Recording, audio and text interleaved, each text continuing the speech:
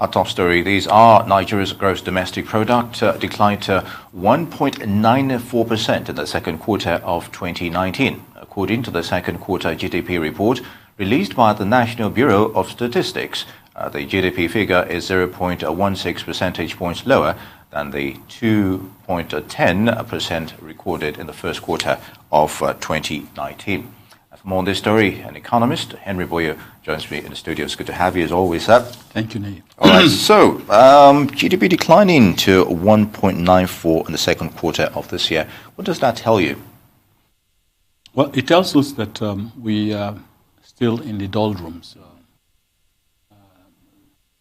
especially with the way poverty has deepened in the country. All right. So much so that we have become, is it nominated or chosen as the poorest capital of the world, or something to that effect. In reality, it is not surprising that we are struggling to grow the gross domestic product of the economy. Yeah. The reason, as I've always maintained, is that we have always been driving the economy, the engine of the economy, in reverse gear. All right.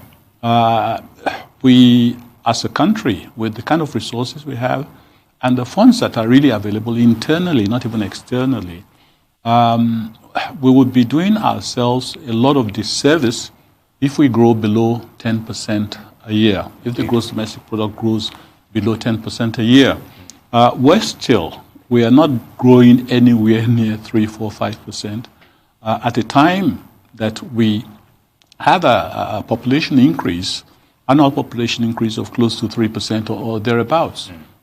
If you're growing by 3% and your population is growing by 3% and you have productivity lagging behind, it is not difficult to determine what direction the fate of people would go. But like I said earlier, the engine of the economy is in reverse gear. The things that normally drive any economy everywhere, we have tended to disregard them and ignore them and continue to pursue optical illusions. You will find that there is no period in our history, possibly in the last 20 years or so, that we have managed to grow beyond, say, 6% or thereabouts. Indeed. And you find that is not a commendable growth rate in view of how far back we are coming from. So my take on this is very simple. We would continue to interpret low growth figures, we would continue to accommodate low growth figures so long as we keep the engine of the economy in reverse gear. You know, when you're driving a car, when you put it in first gear, at least you know it moves forward. Indeed. But when it's permanently in reverse gear, it means you're permanently driving backwards. And that's the reason why, in spite of all the resources, in spite of all the funds which are available, and I keep saying, it's not a question of funding, and it's not really the misapplication of funding, it's an inherent fault in the management of our economy. Economies everywhere in the world respect certain principles. Those principles relate specifically to the issues of monetary policy, because money is the bloodstream of every economy. Indeed. So if you have a situation where you continuously poison the bloodstream, there is nothing you can do but to keep driving your economy in reverse gear. And how do you have a poisoned bloodstream? You have a poisoned bloodstream because since money is the critical flow that takes life to every part of the economy, you have to manage it in a manner that you don't continuously create fiat money for one reason or the other, and then turn around and keep mopping up that same mess that you have deliberately and consciously created, and then turn around and say you are doing intervention programs. It is not the business of the central bank to intervene physically.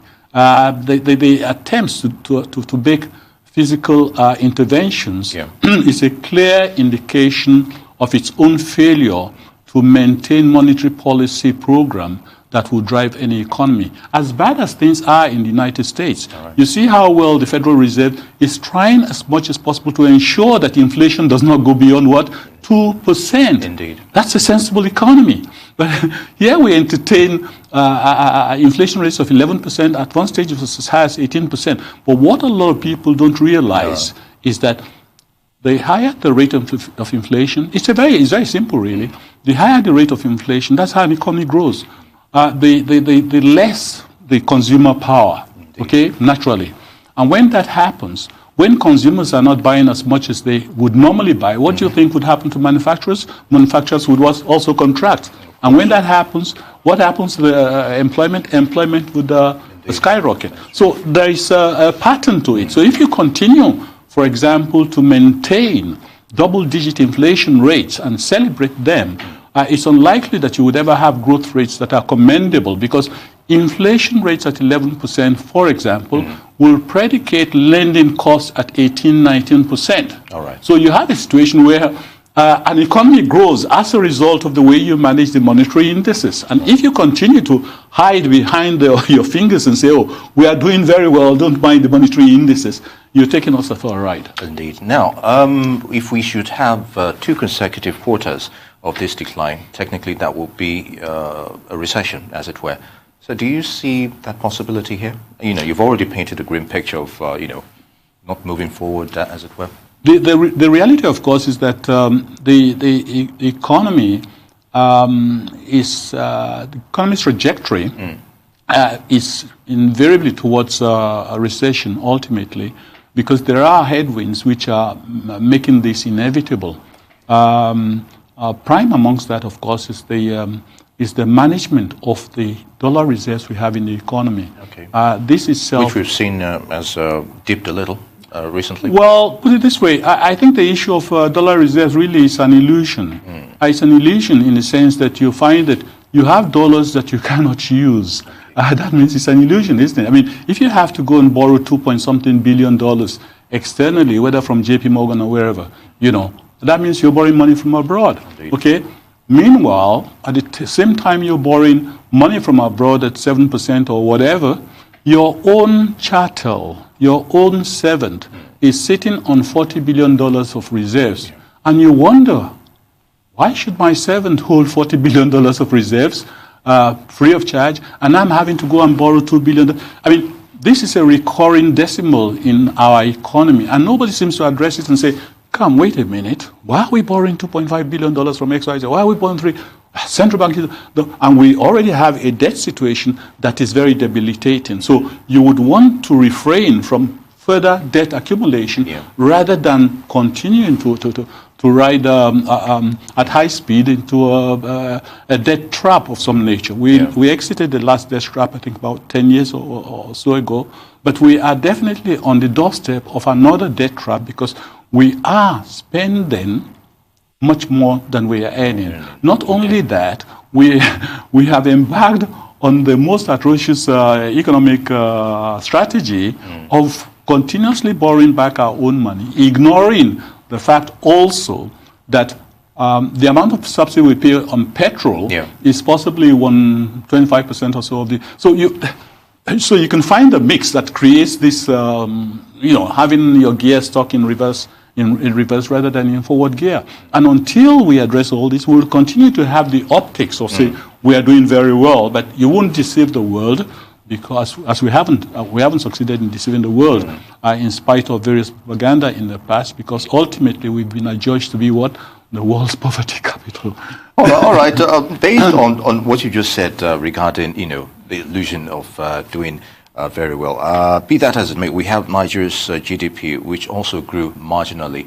That was in the first quarter of 2019, I think around 2.01% or thereabouts. So what could we have done to sustain this trend instead of where we are currently? Well, it would be very difficult for you to sustain the trend because fundamentally the reference currency, or put this way, the growth rate and the GDP denominated in dollars, for example. All right. Okay, you will recall that just about 4, 5, 6 years ago, when we celebrated $450 billion worth of reserves, that was before the devaluation. Indeed. Okay, so as soon as the devaluation came in, or as soon as the devaluation was effected, it was almost about between 33 and 50% devaluation. What happened to the $450 billion? It suddenly became $250 billion or 300-something billion. Okay, now we are being told that it's now risen to 400 billion or thereabouts at the moment.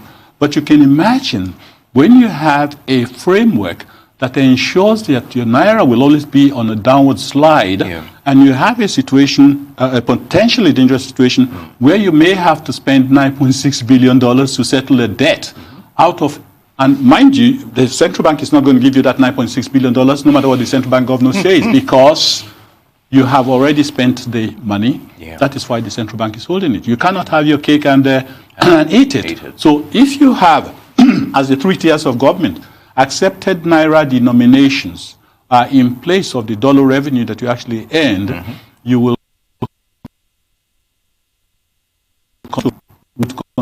continue to be inundated by fiat money.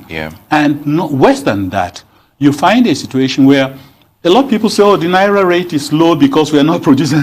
When we produce very big, we still don't get any significant, that's the reality. We still don't get any significant improvement in the naira rate, okay? But the way that the naira rate is determined is inherently defective and poisonous to the economy.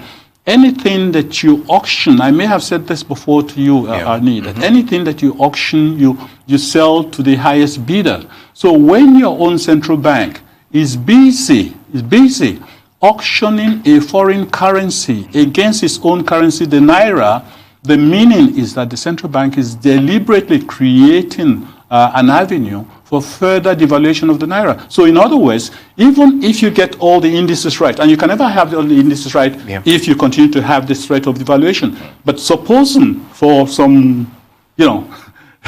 divine intervention, we manage to get the indices right, and you continue to determine your exchange rate, it means even if your economy grew again to $600 billion, or from 400 to about $600 billion, it means that if you have another devaluation, that $600 billion will suddenly become $300 billion. So you find that you are trying to put the cart before the horse unless you respect international best practice of economic growth. Create an enabling environment for consumers to be able to luxuriate and buy things more. If they can buy things more, you stimulate industrialists and manufacturers and service providers to provide this. And when that happens, you do what? You also get more people working. That's how it goes. But if you have a situation where inflation is at 10-11%, what's the meaning of that? It means consumer demand is contracting. When consumer demand contracts, manufacturers also contract their production, and it goes on and on. So please don't let's deceive ourselves. Let us go back to fundamentals and look at why we have a situation where central bank continues to flood the system with fiat currency and then goes back to borrow it back, and then you hope that you will grow. You will never grow. On that note, Mr. Henry Boyo, I'd like to thank you very much for all that advice and comment. It's good to have you.